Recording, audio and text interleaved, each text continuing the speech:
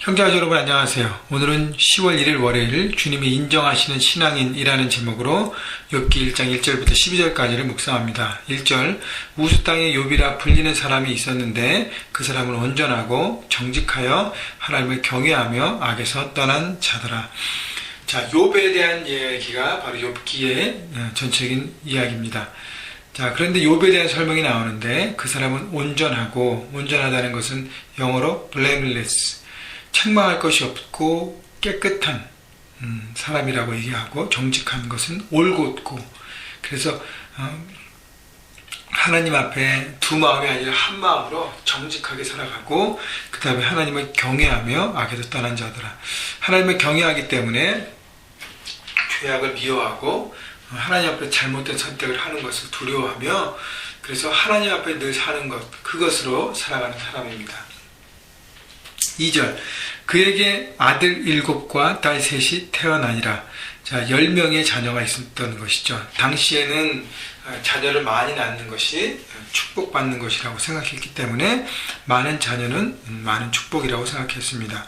또 그의 소유물은 양이 7,000마리요, 낙타가 3,000마리요, 소가 500결이요, 암나귀가 500마리며 종도 많이 있었으니 이 사람은 동방 사람 중에 가장 훌륭한 자라. 자, 재산이 엄청 많았다는 것이죠. 양, 낙타, 소, 암나귀 몇십 마리가 아니라 7,000마리, 3,000마리, 500마리. 여러분 지금 말하면 대기업의 재벌이라고 생각할 수 있습니다. 그래서 큰 기업의 오너죠. 그래서 동방 사람 중에 가장 훌륭한 자라는 것은 그 지역, 팔레스타인 그 지역에서 가장 영향력을 가진 사람이라는 것이죠. 그래서 많은 재산을 갖고, 많은 자녀를 갖고, 그 다음에 많은 영향력 속에서 많은 종을 거느리고, 그러니까 많은 직원과 많은 스태프들을 거느리고 그 거대한 회사를 경영하는 경영자였다는 것입니다.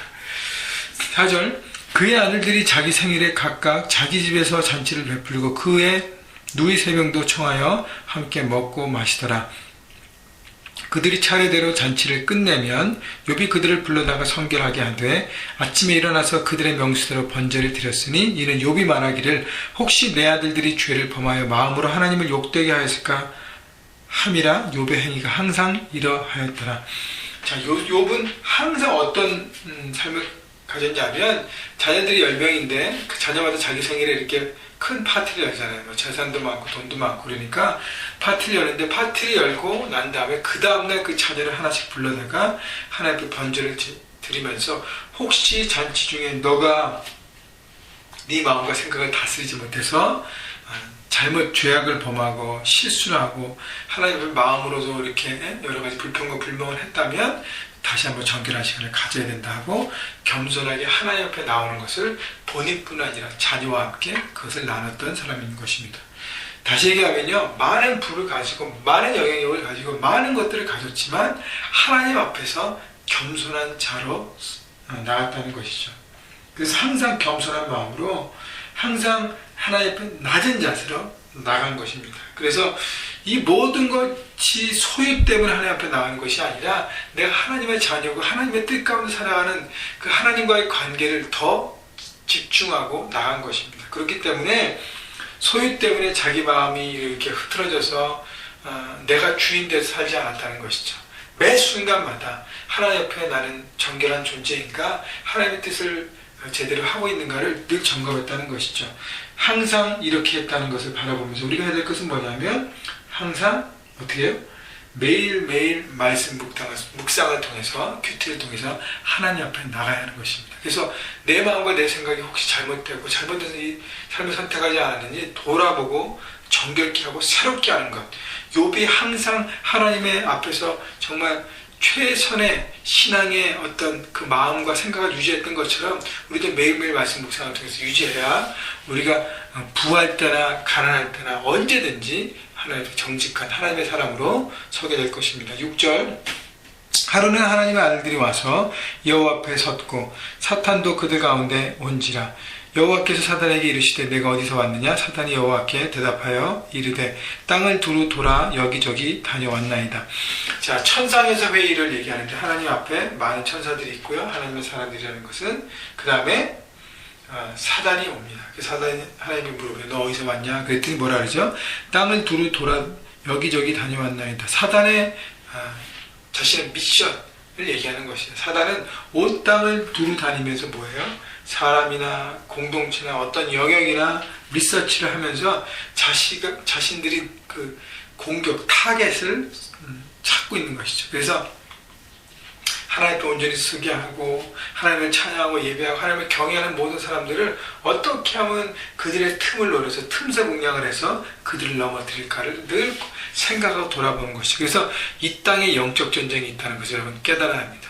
악한 영 우리를 꼭 넘어뜨리려고 관계와 사랑과 모든 것들 우리를 공격하는 것이죠. 8절 여호와께서 사단에게 이르시되 내가 내 종 욥을 주의하여 보았느냐 그와 같이 온전하고 정직하여 하나님을 경외하며 악에서 떠난 자는 세상에 없느니라. 하나님이 사단에게 자랑을 하시잖아요. 누구를 자랑합니까? 욥을 자랑합니다. 욥만큼 내 마음에 합한 자가 없다는 것이죠. 하나님께 인정받는 신앙 소유자가 바로 욥이었습니다. 하나님을 경외하고 온전하고 정직하고 올곧고 투명하고 바른 선택을 하고 하나님께 늘 말씀에 귀를 기울이고 순종하는 인생, 그래서 하나님의 칭찬을 받는 인생이 되었습니다. 여러분, 우리도 하나님의 칭찬을 받았으면 좋겠어요. 하나님을 믿고 맡길 수 있는 우리 모두가 됩시다. 그렇게 하기 위해서는 하나님 말씀에 늘 귀를 기울이고 그분의 뜻 가운데 순종하는 인생이 되어야 할 것입니다. 9절 사단이 여호와께 대답하여 이르되 욥이 어찌 까닭 없이 하나님을 경외하리까. 사단이 여호와 앞에서 진리를 흔들려고 하는 것이죠. 사단은 참 교묘합니다. 주께서 그와 그의 집과 그의 모든 소유물을 울타리로 두르심 때문이 아니니까. 주께서 그의 손으로 하는 발을 복되게 하사 그의 소유물이 땅에 넘치게 하셨음이니이다. 이제 주의 손을 펴서 그의 모든 소유물을 치소서. 그리하시면 틀림없이 주를 향하여 욕하지 않겠나이까. 자, 욥이 하나님 앞에 철저하게 섬기고 경외하는 이유는 그가 부유하고 많이 받고 많은 것을 누리기 때문에 그 소유 때문에 하나님께 나가는 것입니다. 까닭없이 그렇게 하겠습니까? 목적 있는 관계라는 것이죠. 욥의 순수함을 사단은 흔들고 있습니다. 자, 그래서 하나님께서 자신이 있으셨어요.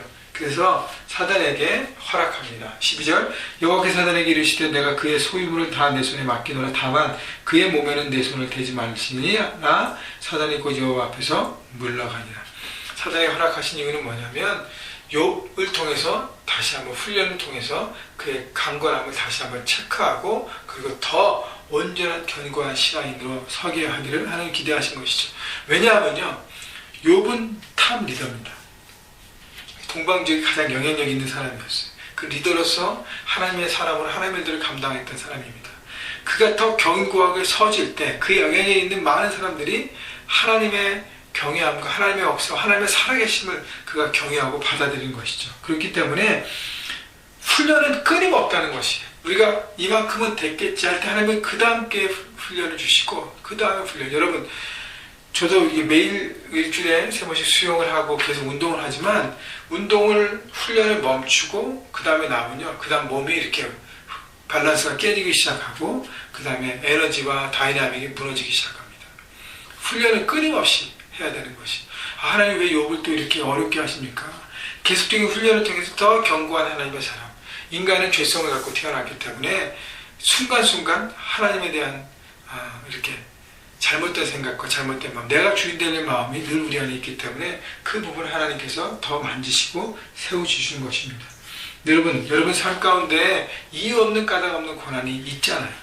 욥도 이제 그런 고난을 받게 되는데 그때 하나님의 훈련의 시간이라고 생각하시고 믿음으로 바라보시고 하나님의 선하심을 바라보십시오. 어저께 우리 나눔방 리더들하고 여러 가지 얘기를 했는데요. 나눔방 모임을 준비하면서 고난, 이유 없는 고난, 하나님의 고난을 왜 주실까? 늘 또 우리 다시 한번 디스커션을 하고 나누었습니다. 고난을 당하는 사람들 외에는 주변에서 이렇게 하라 저렇게 하라 말할 수 없습니다. 왜냐하면 본인만이 겪어가는 고난, 하나님께서 그 앤서를 주시지 다른 사람에게는 앤서가 없습니다. 우리 고난의 현장 가운데 하나님의 선하심을 놓치지 않고 하나님의 뜻을 구하십시다. 그때 하나님께서 여러분 각자에게 고난의 이유에 대해서 말씀하시고 그것을 풀어주실 것입니다. 여러분, 고난보다 더 큰 하나님의 축복이 우리 안에 있다는 것을 여러분 믿으시고요. 그리고 욥처럼 여러분 많은 것을 누릴지라도 하나님께 신실한 하나님의 사람으로, 내 소유와 관계없이 하나님께 신실한 사람으로 하나님께 인정받는 여러분 모든 한 사람 한 사람 되시기를 주님의 이름으로 축원합니다.